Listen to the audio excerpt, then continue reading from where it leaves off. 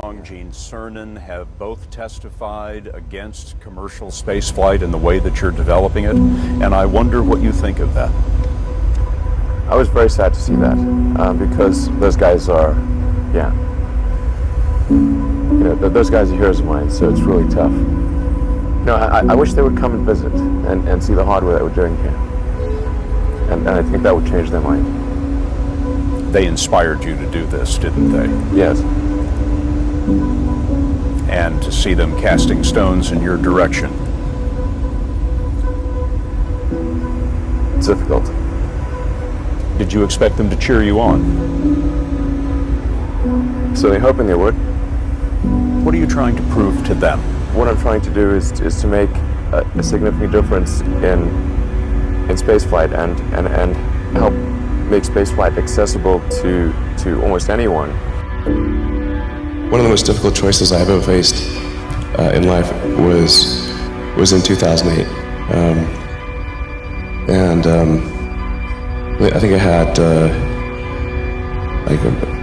maybe $30 million left, or $30 or $40 million left in 2008. I had two choices. I could put it all into one company, and then the other company would definitely die, or split it between the two companies. But if I split it between the two companies, then both might die. When you put your blood, sweat, and tears into creating something, or building something, it's like a child. And so it's like, which one am I going to let one starve to death? I couldn't bring myself to do it, so I split the money between the two. Fortunately, thank goodness, they both came through. What was your biggest failure, and how did it change you? Well, there's a ton of failures along the way, that's for sure. As I said, for SpaceX, the first 3 launches failed, and we actually were just barely able to scrape together enough parts and money to do the 4th launch. If that 4th launch had failed, we would have been dead. So multiple failures along the way.